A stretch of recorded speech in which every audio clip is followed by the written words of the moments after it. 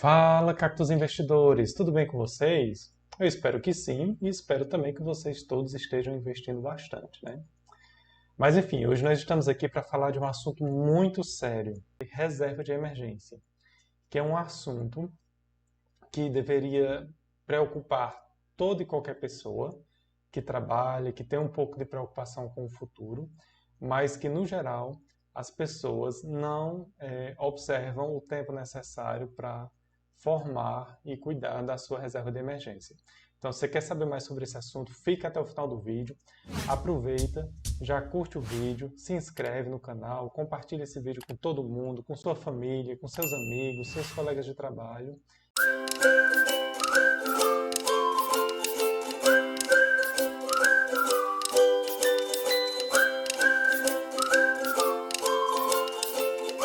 Então, pessoal, vamos lá. Primeiro, o que é reserva de emergência? Reserva de emergência é um valor que você vai alocar em um investimento com alta liquidez e alta segurança, né? E com a rentabilidade mínima. Para quê?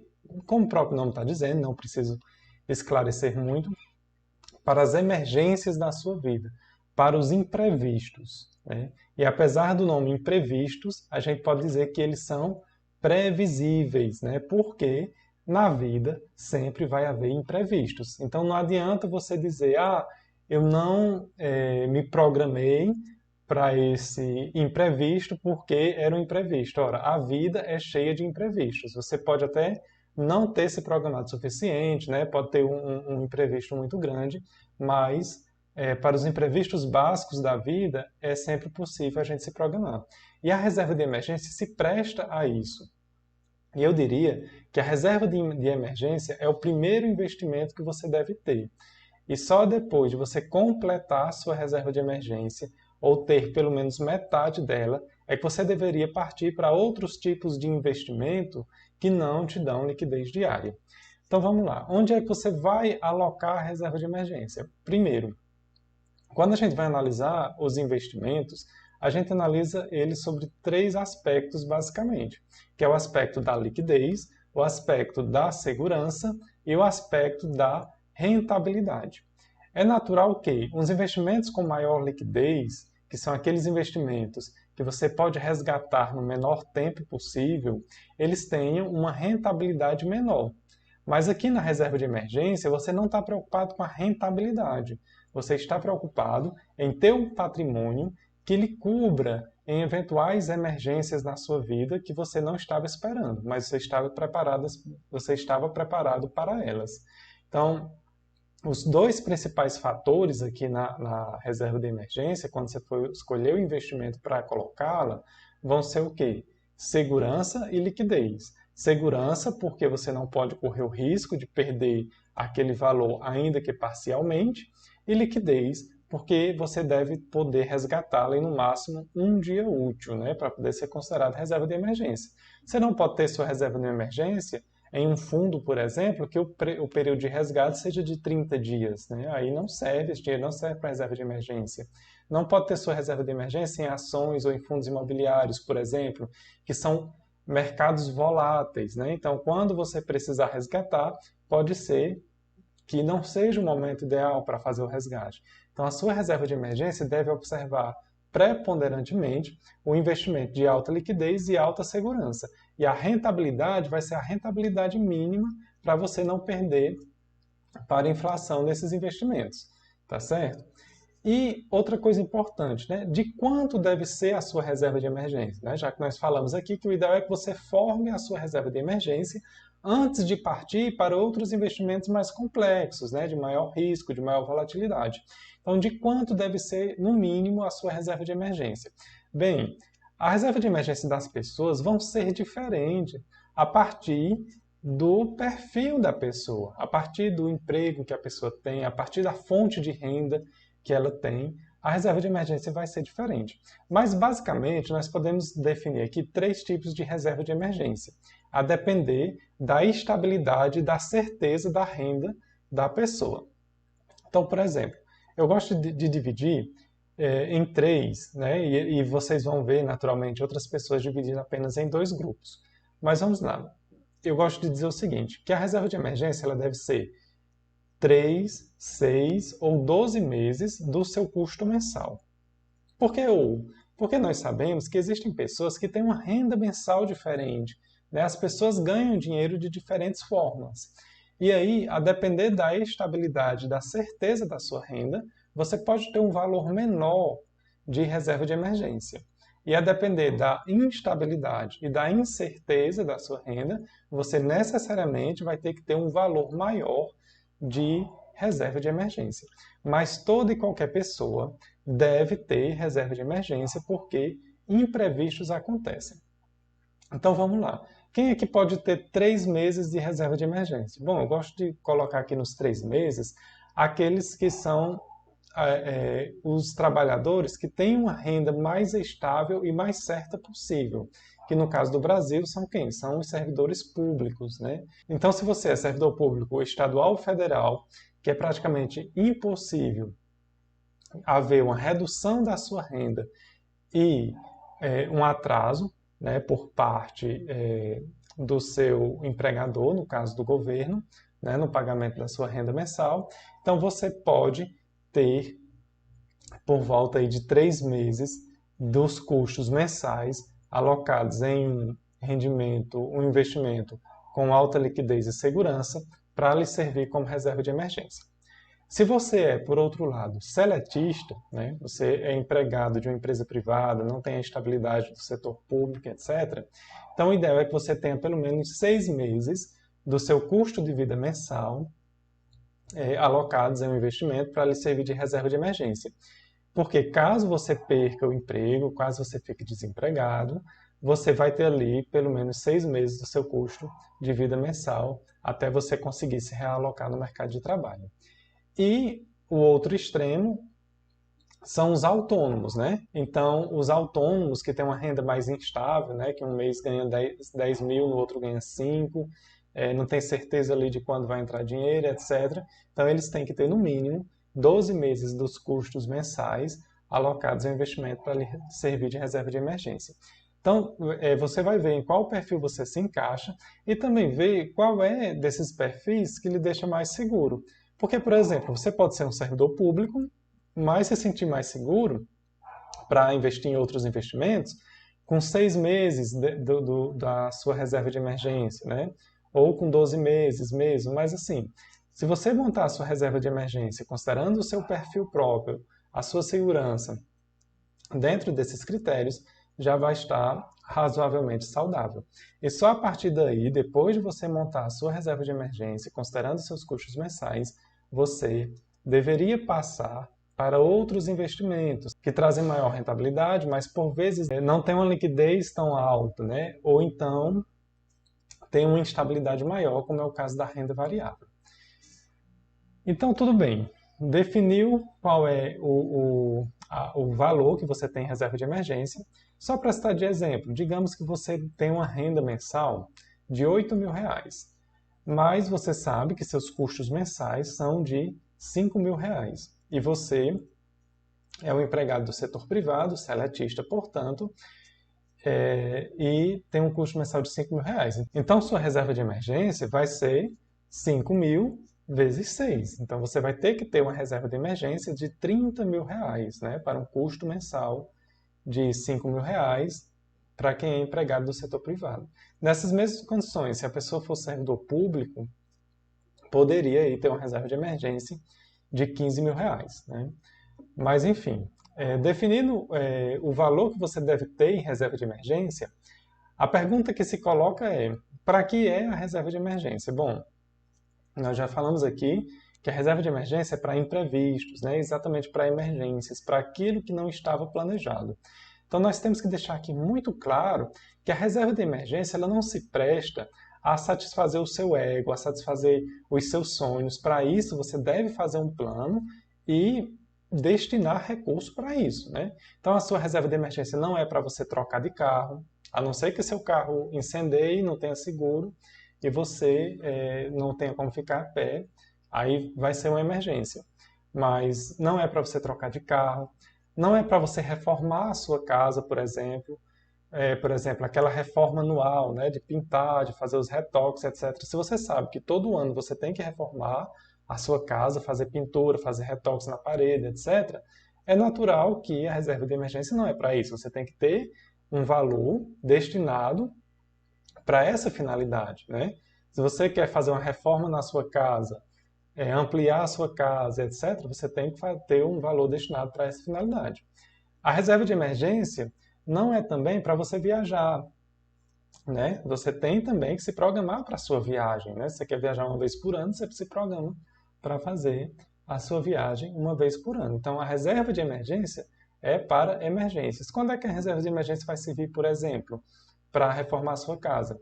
Quando der uma chuva e derrubar parte do telhado, derrubar uma parede da sua casa, aí é emergência, porque você não vai ficar com a casa descoberta, né? Então, a sua reserva de emergência vai servir para isso. O seu carro deu um problema do nada, então você bateu o carro e precisa pagar a franquia de seguro, é uma emergência. Né? O seu filho ficou doente e você precisa passar por uma cirurgia, ali é uma emergência de saúde. Né? Então, a reserva de emergência é exatamente para esses momentos, né? Para esses gastos, essas despesas extras com as quais você não estava contando.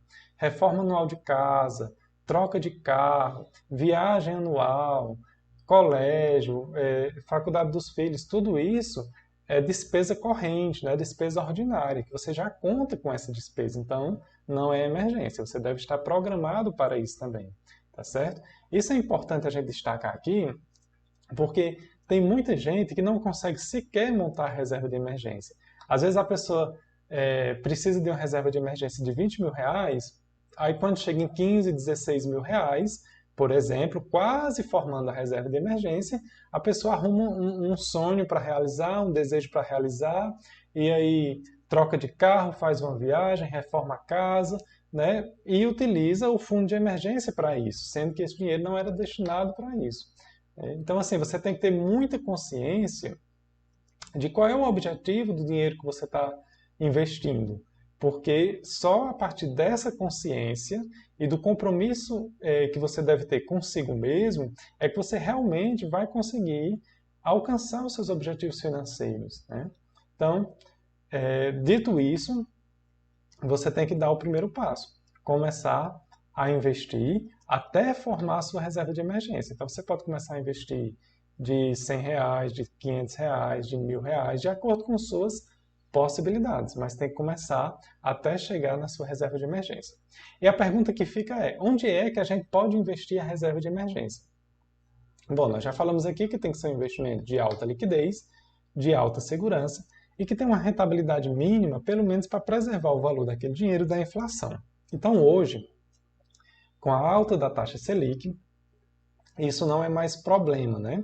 Quando a taxa Selic estava em 2%, infelizmente a gente passou por um período em que era praticamente impossível encontrar um investimento que tivesse alta liquidez e tivesse essa rentabilidade para proteger o seu patrimônio da inflação, haja visto que a inflação estava superior à taxa Selic.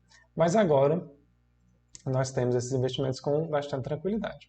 O primeiro deles é o Tesouro Selic, sobre o qual nós já falamos aqui. Tem um vídeo aqui que eu vou deixar no card só sobre Tesouro Direto, mas para a reserva de emergência, né, nós já sabemos que existem vários tipos de Tesouro Direto, mas para a reserva de emergência o que vai lhe servir é o Tesouro Selic. Por quê? Porque o Tesouro Selic é, dentre eles, o único que vai garantir que, se você precisar resgatar o dinheiro antes do vencimento, você não vai perder do seu capital, nem da sua rentabilidade. Então, isso é liquidez, né? Se tiver algum investimento que, se você resgatar antes do vencimento, vai fazer com que você perca parte do valor investido ou parte da rentabilidade, é um investimento de baixa liquidez, né? E o Tesouro Selic tem um detalhe de que, além de ter liquidez, tem liquidez diária. E mais importante, o Tesouro Selic antes tinha liquidez D+1.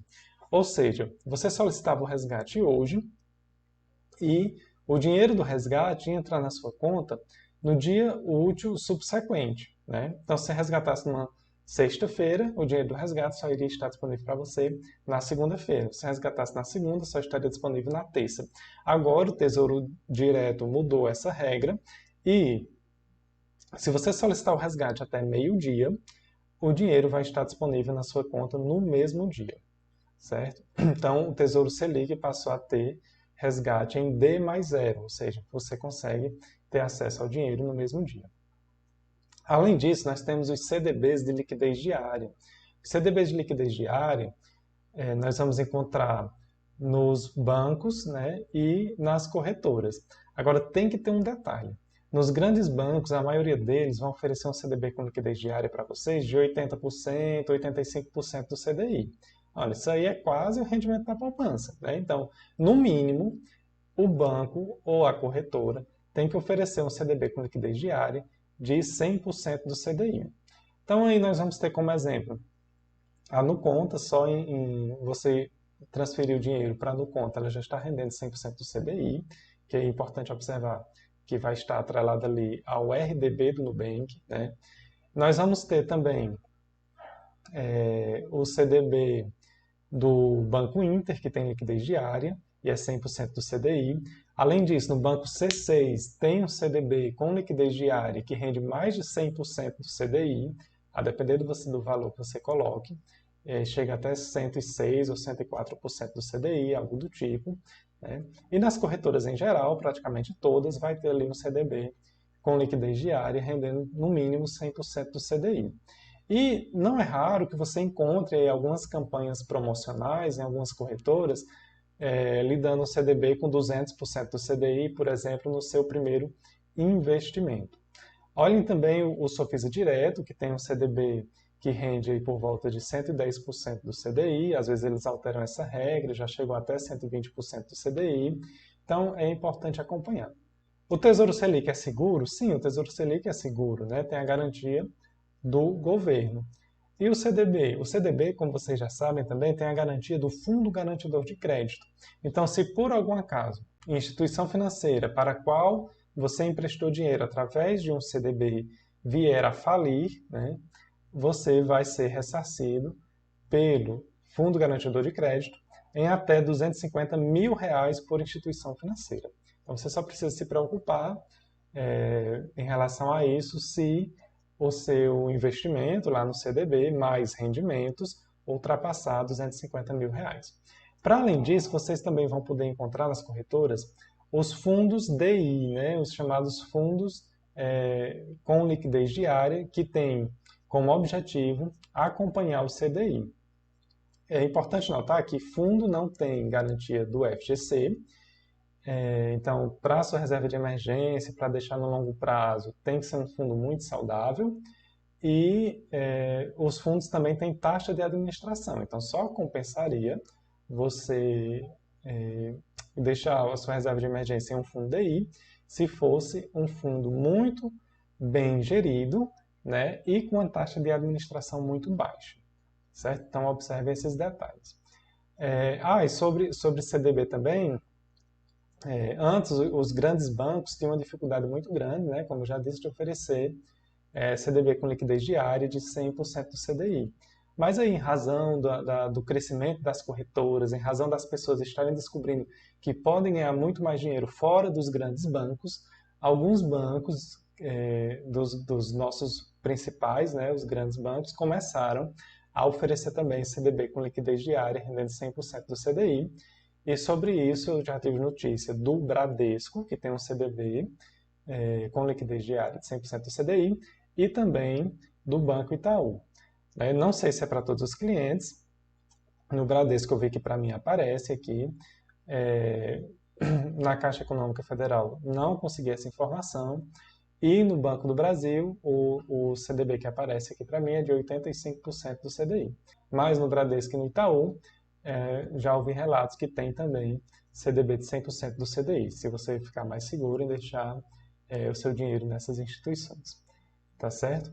Então é isso, pessoal. Montem sua reserva de emergência, façam as contas, vejam qual é o seu perfil, se é de 3 meses, 6 meses ou 12 meses. Né? Procure montar a sua reserva de emergência com um valor que lhe deixe bastante seguro para que você possa partir para outros investimentos com menos liquidez e maior rentabilidade. Mais uma vez eu peço, se inscreve no canal, deixa o seu joinha, comenta aqui, né? Diz o que você achou dos vídeos, o que você está achando do canal e até a próxima.